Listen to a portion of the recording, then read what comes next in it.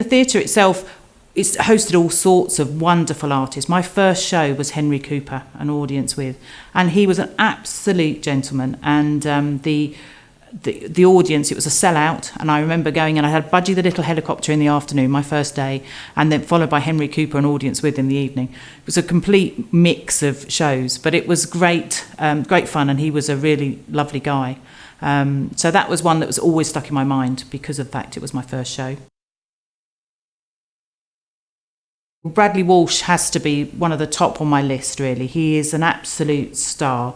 We sold out 112 performances of pantomime at about 97%. It was a phenomenal run and an amazing feat. And if you came to see the show, you never saw the same show twice. You never quite knew what he was going to do. And you used to get 40 minutes between performances. We used to do back-to-back shows on a Saturday, and 1:30 to 4:30 and 7:30. And we always overran. The show always overran. And it meant that we had to turn the theatre around, get 500 people out, get the theatre cleaned and 500 people back in again in about 40 minutes. And Brad just was, he didn't really care. He just carried on and did his own thing. But as I say, you never saw two shows the same.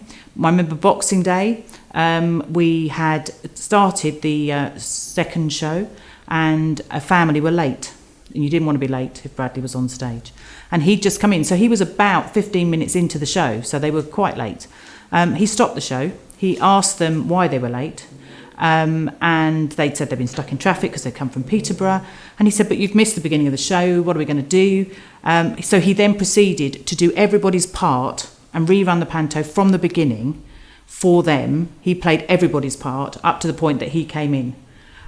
It brought the house down. Everybody in the audience loved it, but it meant we were then late for the next show by about 20 minutes. So it was one of those things, but absolutely nobody minded because he was such a star and so generous in his time and how he was with the other actors on stage. And although he might lark around on stage, he always delivered the line that the other actors would need to continue the show and keep it on track.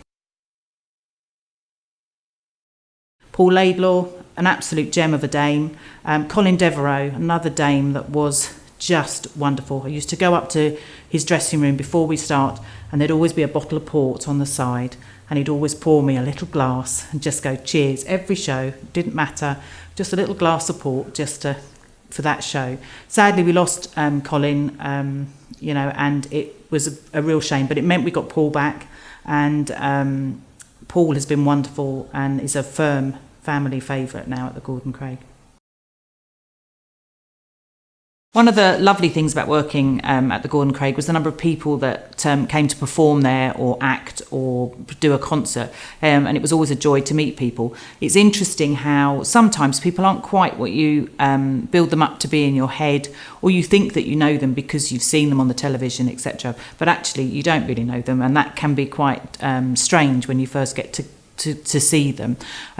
I always remember we had the concert down in the main hall for the Dream Boys. Now they did the Spice World the movie scene, and if you've seen Spice World the movie, it's where they came on in purple outfits with the buttocks cut out, and they came on in these outfits during the concert. But before we got to that bit, they'd had the Way Out Spice Girls as their support act, and they were great. They were absolutely fantastic, but they didn't get on with the Dream Boys. And because they were in the sports hall, we didn't have a lot of dressing room space, so they'd had to share the dance studio, which we'd put partitions up down the middle, but they didn't like it. The Dream Boys didn't like it, I have to say. And so what happened was there was a big argument, and a bottle of wine was thrown, hit the wall, ran down the wall, everybody got uptight, and the Spice Girls left the theatre or the venue in costume. They didn't change. They got on the train and went back to London. We then had an unconscious Dream Boy. I don't know how much of this you really want to know. We had an unconscious Dream Boy that then had to be taken to hospital, and we had an interval with 800 plus women all wanting to see the Dream Boys, and at the moment I didn't have a show.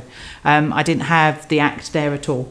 So we were running around trying to get things sorted out, taking Dream Boys out of the back way of the sports hall, and eventually we managed to get the show on, and the audience were completely unaware that anything had gone on at all backstage during the interval area. So that was an interesting one. The cod happens at the end of the run, normally on the Saturday before the final performances on the Sunday. The cod is it's something to behold, really. It's the crew, not the front of house staff, just the crew. They write it, they star in it, they bring old crew back that used to work at the theatre, and they man it, they crew it. So it's done perfectly safely, but it's always very, very funny.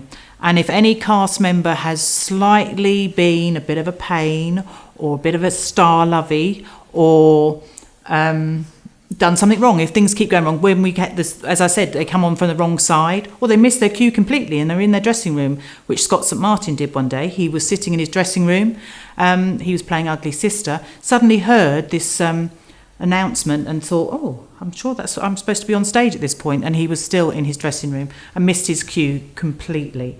Came running on in a bit of a dither, which was quite funny. So I think they take the mickey, they get into costume. So you see crew, they're always dressed in black. That is crew uniform, and they would come on and take on the roles of the Dame, Seven Dwarfs, you name it, they would do it, and somebody would have to play the celebrity name. That's always a little bit tricky, especially if that celebrity hasn't been as great as they could have been. Maybe if they can't sing particularly well, then that does come out. You do no holds barred, but it is only shown to the staff, anybody that's been involved in working in the theatre, and the cast. They sit and watch it. I spent 11 years at the Gordon Craig Theatre, and I have to say it's probably the best job I have ever had. I worked with some wonderful people in the crew, in front of house. I learnt such a lot, not only about the job, which I'd never done before I started working there, but about myself. And I can't really thank Bob enough for that. He was a great mentor. I went on and did lots of other things, and all of those things I've been able to do because of my time at the Gordon Craig.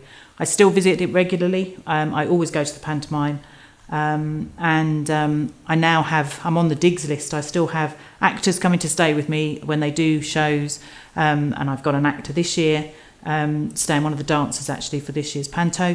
And that's great because it's lovely to be able to talk to them about what's going on and be able to have a conversation with them, because I know what they're talking about and they know I understand.